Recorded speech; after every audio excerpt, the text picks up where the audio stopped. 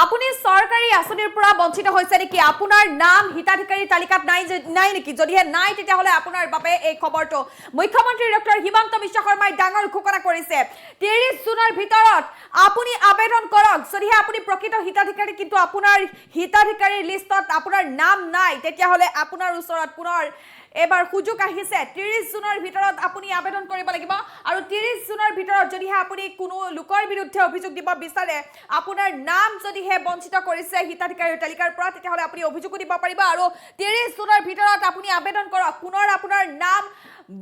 তালিকাত সন্নিবিষ্ট কৰা হ'ব আমি ডাঙৰ খবৰ আপোনালোকৰ বাবে লৈ আহিছো বিগ ব্ৰেকিং নিউজ এই মুহূৰ্তত জনাইছো সৰকাৰি আসনিৰ পৰা নাম কৰ্তন হৈছে নেকি আপোনাৰ যদিহে আপোনাৰ নাম সৰকাৰি আসনিৰ পৰা কৰ্তন হৈছে তেতিয়াহলে পুনৰ আপুনি আবেদন কৰিব পাৰিব 30 জুনৰ ভিতৰত আবেদন কৰক আপুনি আপোনাৰ আবেদন পোৱাৰ লগে লগে আপোনাৰ নাম অন্তৰ্ভুক্ত কৰা হ'ব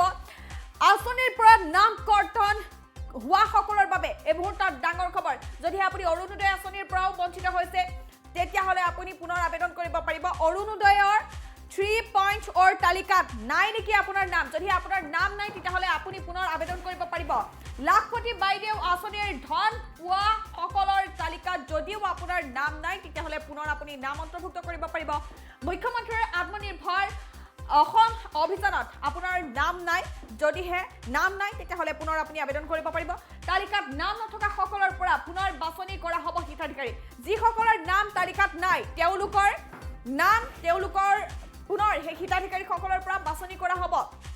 যি সকলৰ নাম নাই তেওঁলোকৰ তালিকা পুনৰ প্ৰস্তুত কৰা হ'ব আৰু হিতাধিকাৰী তালিকাত সন্নিবিষ্ট কৰা হ'ব তেওঁলোকৰ নাম ডিব্ৰুগড়ত মুখ্যমন্ত্ৰী ডক্টৰ হিমন্ত বিশ্ব শৰ্মা উপস্থিত হৈ কেইবাটাও ডাঙৰ ঘোষণা কৰিছে আৰু ইয়াৰ ভিতৰত এটা অত্যন্ত গুৰুত্বপূৰ্ণ ঘোষণা হৈছে এই ঘোষণা যিহেতু বিভিন্ন সময়ত ৰাজ্যৰ বিভিন্ন প্ৰান্তৰ পৰা প্ৰকৃত হিতাধিকাৰীয়ে অভিযোগ কৰি আহিছে যে তেওঁলোকৰ নাম কৰ্তন কৰা হৈছে হিতাধিকাৰী হৈও তেওঁলোকে এই সুবিধা লাভ কৰা নাই অৰুণোদয় আসনিৰ পৰা বঞ্চিত হৈছে লাখপতি বাইদেউ আসনিৰ পৰা বঞ্চিত হৈছে গতিকে এনে মহিলাসকলৰ বাবে এই মুহূৰ্তত ভাল খবৰ তেওঁলোকে 30 জুনৰ ভিতৰত পুনৰ আবেদন কৰিব পাৰিব এই সকল লোকৰ পৰা পুনৰ হিতাধিকাৰী বাছনি কৰা হ'ব যিসকলৰ নাম নাই তেওঁলোকৰ মাজৰে পৰা পুনৰ হিতাধিকাৰী তালিকা প্ৰস্তুত কৰা হ'ব লাখপতি বাইদেউ আসনিৰ ধন পোৱা সকলৰ তালিকাত যদিহে আপোনাৰ নাম নাই তেতিয়াহলে আপোনাৰ বাবে এই ভাল খবৰটো আপুনি পুনৰ আবেদন কৰিব পাৰিব মুখ্যমন্ত্ৰীৰ আত্মনিৰ্ভৰ অসম অভিযানত যদিও আপোনাৰ নাম নাই তেতিয়াহলে পুনৰ আপুনি আবেদন কৰিব পাৰিব পুনৰ হিতাধিকাৰী বাছনি কৰা হ'ব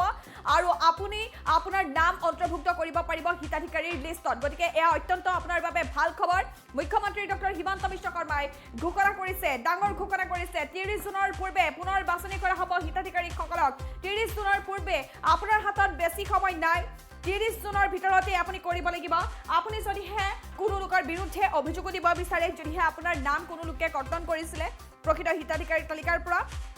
তেতিয়াহলে সেই লোকৰ বিৰুদ্ধেও আপুনি অভিযোগ দিব পাৰিব বিভিন্ন সময়ত ৰাজ্যত এনে ধৰণৰ ঘটনা পোহৰলৈ আহে প্ৰকৃত হিতাধিকাৰীয়ে অভিযোগ কৰি আহিছে যে প্ৰকৃত হিতাধিকাৰী হৈও তেওঁলোক বঞ্চিত হৈছে তেওঁলোকক বঞ্চিত কৰা হৈছে তেওঁলোকৰ পৰিৱৰ্তে চাকৰি থকা বা ধনী পৰিয়ালৰ মহিলাক দিয়া হৈছে সেই সুবিধা এনে ধৰণৰ বিভিন্ন অভিযোগ উত্থাপন হয় গতিকে এতিয়া পুনৰ বঞ্চিত হিতাধিকাৰীসকলে আবেদন কৰিব পাৰিব আৰু তেওঁলোকে আবেদন কৰাৰ পিছতে তেওঁলোকৰ নাম অন্তৰ্ভুক্ত হ'ব হিতাধিকাৰীৰ তালিকাত এয়া অত্যন্ত ভাল খবৰ যদিহে আপোনাৰ নাম প্ৰকৃত হিতাধিকাৰীৰ তালিকাত নাই তেতিয়াহলে 30 জুন হৈছে শেষ সময় আপুনি 30 জুনৰ ভিতৰত পুনৰ আবেদন কৰক আৰু আপোনাৰ নাম অন্তৰ্ভুক্ত কৰক সেয়া লাগিলে অৰুণোদয় আসনিয়ে নহওক কিয় সেয়া লাগিলে আত্মনিৰ্ভৰ অসম আসনিয়ে নহওক কিয় বা লাখপতি বাইদেউ আসনিয়ে নহওক কিয় প্ৰতিটো ক্ষেত্ৰতে প্ৰতিখন আসনিৰ ক্ষেত্ৰত যদিহে আপুনি আপোনাৰ নামটো বঞ্চিত হৈ আছে বা আপোনাৰ নাম কৰ্তন কৰা হৈছে তেতিয়াহলে আপুনি পুনৰ আবেদন কৰিব পাৰিব 30 জুনৰ ভিতৰত আৰু লগতে আপুনি অভিযোগো দিব পাৰিব মুখ্যমন্ত্ৰী ডক্টৰ হিমন্ত বিশ্ব শৰ্মাৰ মন্তব্য এই মুহূৰ্তত আপোনালোকলৈ আগবঢ়াইছো যে অৰুণোদয় 3 আসনিৰ ডিজিটাইজেশ্যনৰ প্ৰক্ৰিয়া সম্পূৰ্ণ হৈছে কিন্তু প্ৰত্যেকটো সমষ্টিতে অৰুণোদয় 2 পাই থকা কিছু জেনুইন লোক 3 আসনিৰ পৰা বাদ পৰিছে দ্বিতীয়তে আমাৰ হাতত প্ৰত্যেকটো সমষ্টিতে কিছু দিব পৰা হিতাধিকাৰীৰ সংখ্যা ৰৈ গৈছে আমি যাতে নতুন অৰুণোদয় অতি সোনকালে আৰম্ভ কৰিব পাৰোঁ মই ডিব্ৰুগড়ৰ বিধায়কসকল আৰু আমাৰ কাৰ্যকৰ্তাসকলৰ সহযোগিতা বিচাৰিছোঁ যাতে 30 জুনৰ ভিতৰত আমি অৰুণোদয় প্ৰক্ৰিয়া সম্পূৰ্ণ কৰিব পাৰোঁ মুখ্যমন্ত্ৰীৰ মহিলা উদ্যমিতাৰ আমি ইতিমধ্যে তালিকা প্ৰকাশ কৰিছোঁ কোন মাহত কোন সমষ্টিত আমি এই ধন আমি বিতৰণ কৰিম 30 জুনৰ আগতে কোনোবা যদি পাবলগীয়া মহিলাৰ নাম এই আঁচনিৰ পৰা বাদ পৰিছে বিধায়কসকলৰ জৰিয়তে এই নামো আগবঢ়াই দিবলৈ অনুৰোধ কৰিম কাৰণ আগষ্ট মাহৰ পৰা জানুৱাৰী মাহলৈ আমি নিৰন্তৰ 125টা সমষ্টিত এই আঁচনিৰ ধন বিতৰণ কৰিম 30 জুনৰ পিছত তাক আৰু আমি ঠিক কৰাৰ বাবে সুবিধা নাথাকিব CM ট্ৰিপলে মুখ্যমন্ত্ৰীৰ আত্মনিৰ্ভৰ অভিযানৰো হিতাধিকাৰী নিৰ্মাণৰ কাম বা যোগ্য যুৱকৰ নাম 30 জুনৰ ভিতৰত শেষ কৰিবৰ বাবে মই আমাৰ বিধায়ক আৰু পঞ্চায়ত বা আমাৰ কাৰ্যকৰ্তাসকলক অনুৰোধ কৰিম ঠিক তেনেধৰণে আমাৰ চৰকাৰে লোৱা প্ৰত্যেকটো আঁচনি আমি যাতে জুনৰ ভিতৰত সম্পূৰ্ণভাৱে জিলা পৰ্যায়ৰ পৰা ইয়াৰ কাম শেষ কৰিব পাৰোঁ তাৰ বাবে মই আপোনালোকৰ সহযোগিতা বিচাৰিম যাতে এই কেইটামান দিন আমি খুব সিনচিয়াৰলি চৰকাৰী আঁচনি কেইটাৰ কাম আমি সমাপ্ত কৰিব পাৰোঁ কাৰণ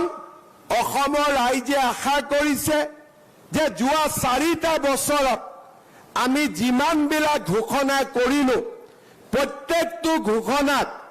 আমি যাতে বিধানসভা নিৰ্বাচনৰ আগতে বাস্তৱত ৰূপায়ণ কৰিব পাৰোঁ চৰকাৰী বিষয়াসকলৰ দ্বাৰাই এই সকলোবোৰ কাম কৰা সম্ভৱ নহয় কাৰণ মই দেখা পাইছোঁ অৰুণোদয়ত 40 লাখ মহিলা উদ্যমিতাত 33 লাখ মুখ্যমন্ত্ৰীৰ আত্মনিৰ্ভৰ অভিযানত 1 লাখ চৰকাৰী চাকৰি 60,000 প্ৰায় অহা 6 মাহৰ ভিতৰত আমি 1 কোটি পৰিয়ালৰ ওচৰত যাব লাগিব চৰকাৰী আঁচনি 1 কোটি পৰিয়ালক স্পৰ্শ কৰিব এনে এক বিশাল কাম কেৱল মাত্ৰ চৰকাৰী বিষয়াসকলে কৰা সম্ভৱ নহয় সকলোৱে এই আঁচনিত সহযোগিতা কৰিব লাগিব ইলেকশ্যনত জিকাজনেও কৰিব লাগিব ইলেকশ্যনত হাৰাজনেও কৰিব লাগিব আৰু সকলোৱে মিলি চৰকাৰৰ প্ৰতিটো আঁচনি জনসাধাৰণৰ মাজলৈ আমি নৱেম্বৰ ডিচেম্বৰ মাহৰ ভিতৰত লৈ যাব লাগিব মই আপোনালোকৰ সহযোগিতা কামনা কৰিছোঁ ইয়াৰ উপৰিও চাহ বাগিচাৰ শ্ৰমিকসকলৰ বাবেও এটিকলি দুটিপাত আন এক আঁচনিও আমি আৰম্ভ কৰিছোঁ তাৰো হিতাধিকাৰী 30 জুনৰ ভিতৰত আমি নিৰ্বাচন কৰি শেষ কৰিব লাগিব আৰু সেইবাবে মই সকলো ৰাইজৰ বিশেষকৈ খোৱাং আৰু টিংখং সমষ্টিৰ কাৰ্যকৰ্তাসকলৰ জনগণৰ সহায় আৰু সহযোগিতা কামনা কৰিছোঁ অহা 4-5 মাহত ৰাইজৰ মাজলৈ যিমানবিলাক আঁচনি আহিব এই আঁচনিসমূহৰ একোটা মেছেজ থাকিব মেট্ৰিকৰ কেণ্ডিডেটবিলাকৰ কাৰণে মাহত 300 টকা আহিব চাউলৰ লগত দালি নিমখ তেলৰ দাম কমিব অৰুণোদয় আহিব মহিলা উদ্যমিতা আহিব এটিকলি দুটিপাত আহিব আত্মনিৰ্ভৰ অসম অভিযান হ'ব নতুন যুৱক যুৱতীয়ে চৰকাৰী চাকৰি হ'ব যে অৰুণোদয় 3 আঁচনিৰ ডিজিটাইজেশ্যনৰ প্ৰক্ৰিয়া সম্পূৰ্ণ হৈছে, কিন্তু প্ৰত্যেকটো সমষ্টিতে অৰুণোদয় 2 পাই থকা কিছু জেনুইন লোক 3 আঁচনিৰ পৰা বাদ পৰিছে। দ্বিতীয়তে, আমাৰ হাতত প্ৰত্যেকটো সমষ্টিতে কিছু দিব পৰা হিতাধিকাৰীৰ সংখ্যা ৰৈ গৈছে। আমি যাতে নতুন অৰুণোদয় অতি সোনকালে আৰম্ভ কৰিব পাৰোঁ, মই ডিব্ৰুগড়ৰ বিধায়কসকল আৰু আমাৰ কাৰ্যকৰ্তাসকলৰ সহযোগিতা বিচাৰিছোঁ, যাতে 30 জুনৰ ভিতৰত আমি অৰুণোদয় প্ৰক্ৰিয়া সম্পূৰ্ণ কৰিব পাৰোঁ। মুখ্যমন্ত্ৰীৰ মহিলা উদ্যমিতাৰ আমি ইতিমধ্যে তালিকা প্ৰকাশ কৰিছোঁ, কোন মাহত কোন সমষ্টিত আমি এই ধন আমি বিতৰণ কৰিম। 30 জুনৰ আগতে কোনোবা যদি পাবলগীয়া মহিলাৰ নাম এই আঁচনিৰ পৰা বাদ পৰিছে,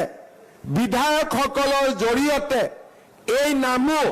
আগবঢ়াই দিবলৈ অনুৰোধ কৰিম, কাৰণ আগষ্ট মাহৰ পৰা জানুৱাৰী মাহলৈ আমি নিৰন্তৰ 125টা সমষ্টিত এই আঁচনিৰ ধন বিতৰণ কৰিম। 30 জুনৰ পিছত তাক আৰু আমি ঠিক কৰাৰ বাবে সুবিধা নাথাকিব। CM ট্ৰিপলে